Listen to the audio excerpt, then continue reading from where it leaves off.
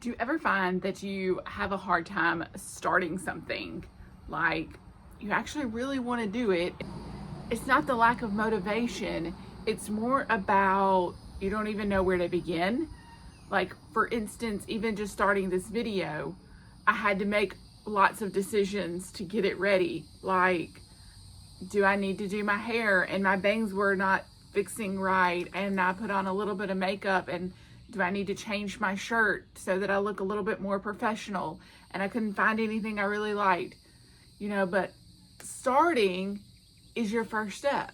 That is called task initiation. And it is something that a lot of autistic or ADHD people struggle with. It is one of the subtopics under executive functioning. And it's something that I think a lot of people really struggle with. I know, for instance, my daughter really struggles with it with writing, and she doesn't know where to start or how to get started with writing. And so I always taught her how to do an outline, but it's not necessarily what was taught in school. So it still made it really difficult until this year when she took Comp 1 and her teacher actually helped her create that outline and step-by-step process to get her started. It is about starting with the tiniest thing and creating momentum. And I want to share an activity with you called a layered momentum. And that is going to be the solution to how you can get started when you don't even know where to begin.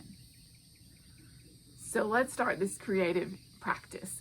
Grab your journal, maybe a pen, crayons, colored markers, colored pencils or markers, whatever your choice is. I like to use paint, but I don't even know what I'm gonna begin with. I'm gonna have to make that decision myself. But we're gonna start with a blank paper and we're gonna build that tiny momentum. So grab your supplies and let's get started together. I chose to use watercolors for this activity, but you can literally choose whatever you want for your medium. So right now I decided just to do green because green is my favorite color. Choose one color, repeat a pattern of some sort. I decided to do these in rows, but you could literally have it scattered all over the paper, however you want to do it. And then every time that I get to a stopping point where I feel like, I need to change it up, I choose a different color and a different pattern. So I started with these short little lines, and then I moved to dots, and then I moved to these like little wave things with the blue, and then I did like a zigzag line. And then I repeated those 4 patterns. So you can do it just like this, or you can continue to create it however you want. It is simply just figuring out how to get started. And then by the time you are like halfway done, like this right here, you end up seeing how it's looking pretty cool.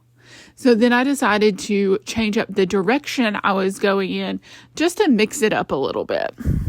Each mark that I make on this paper is a tiny moment, a tiny choice.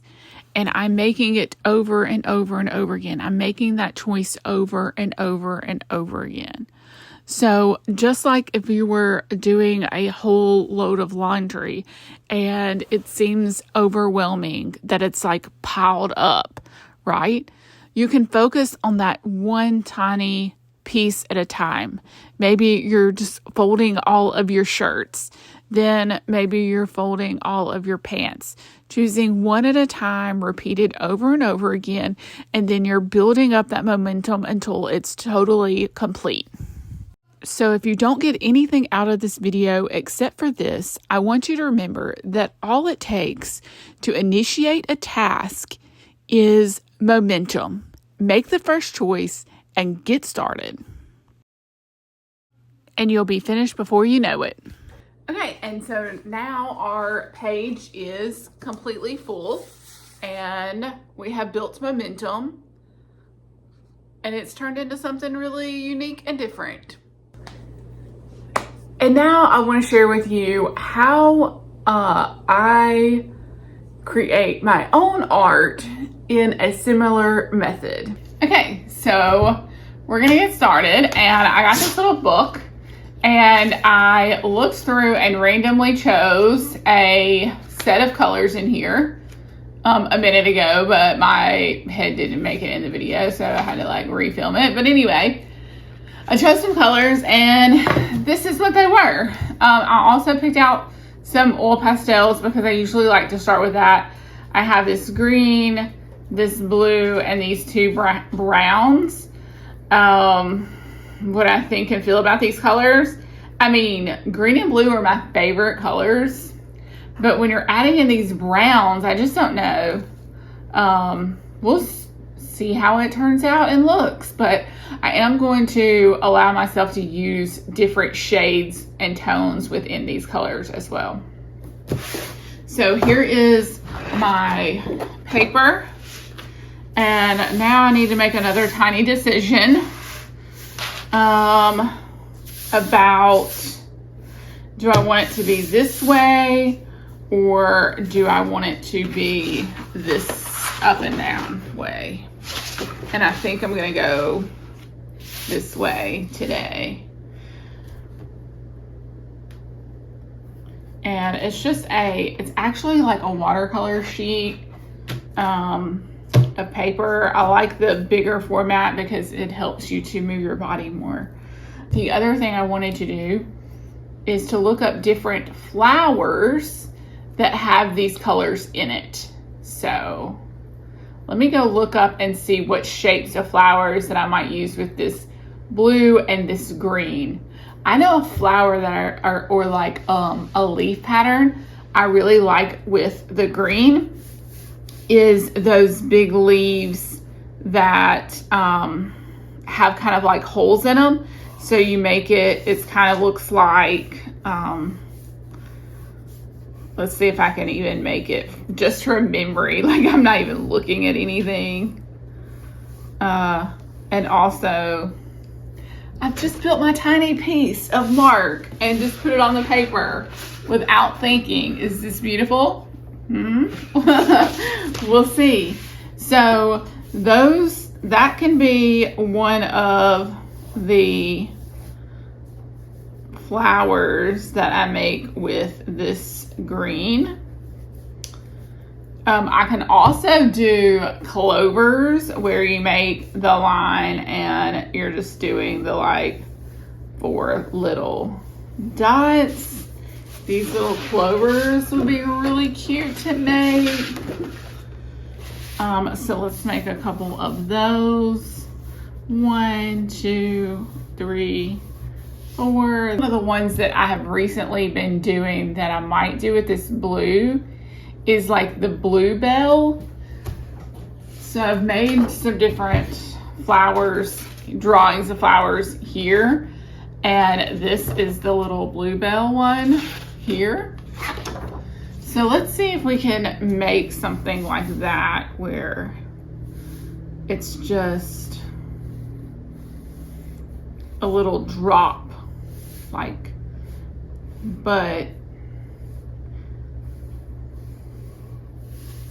you know, and you can take the green and kind of go with it, you know, make some little blues. I'm gonna drop down. Well, hello, Coco. And we're finishing adding these circles. And any empty spaces we can find. So after I get some layers down, I continue with more layers and creating a background, just choosing what feels right in the moment, which is this sponge. So while I paint, I wanted to share how this shows up in my life as a parent. My autistic son has struggled with this task initiation, and I want to be careful here because every autistic child is different. But for my child, task initiation can also look like inattention. It can look like he's not engaged, like he's distracted. Just a quick note that things always look really bad before they look better. So, like I was saying before I so rudely interrupted myself, but it can look like he's not engaged, like he's distracted, like he's choosing not to do the work. But sometimes what's really happening is he doesn't know where to start. And when a child has limited communication, it can be even harder because they can't always tell you, I'm stuck. They can't always ask the question they need to ask. I recently got a report back that included an observation where everyone was working and he kept being redirected. And because he couldn't communicate what he needed, he stayed off task. And a lot of teachers haven't been taught how to handle that yet because they often try the same approach they use for a neurotypical child, but that doesn't always work. For my son, he often needs one-to-one direction. Sometimes he needs the direction broken down into the tiniest part. Sometimes he needs to repeat that direction back just to clear up his understanding and feel confident about his first step. Masterpiece! And there I go, interrupting myself again. So his inattention isn't always distraction. Sometimes it's a sign that he isn't sure how to begin.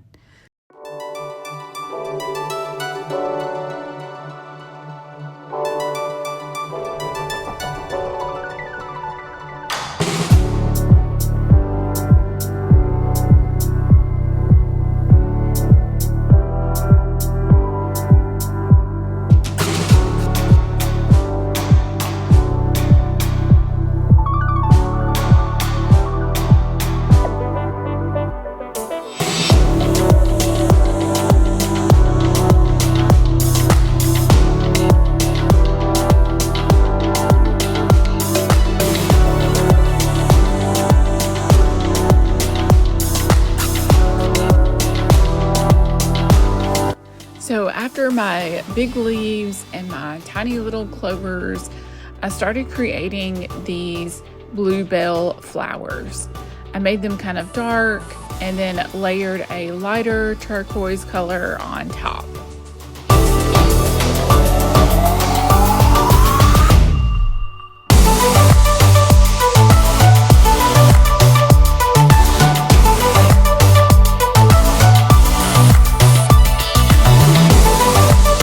And then I wanted to add in the rest of the tiny details everywhere with some oil pastel, some dots, some little lines. And then at the very end, I added these two little butterflies to symbolize autism and to remind us that we're never alone.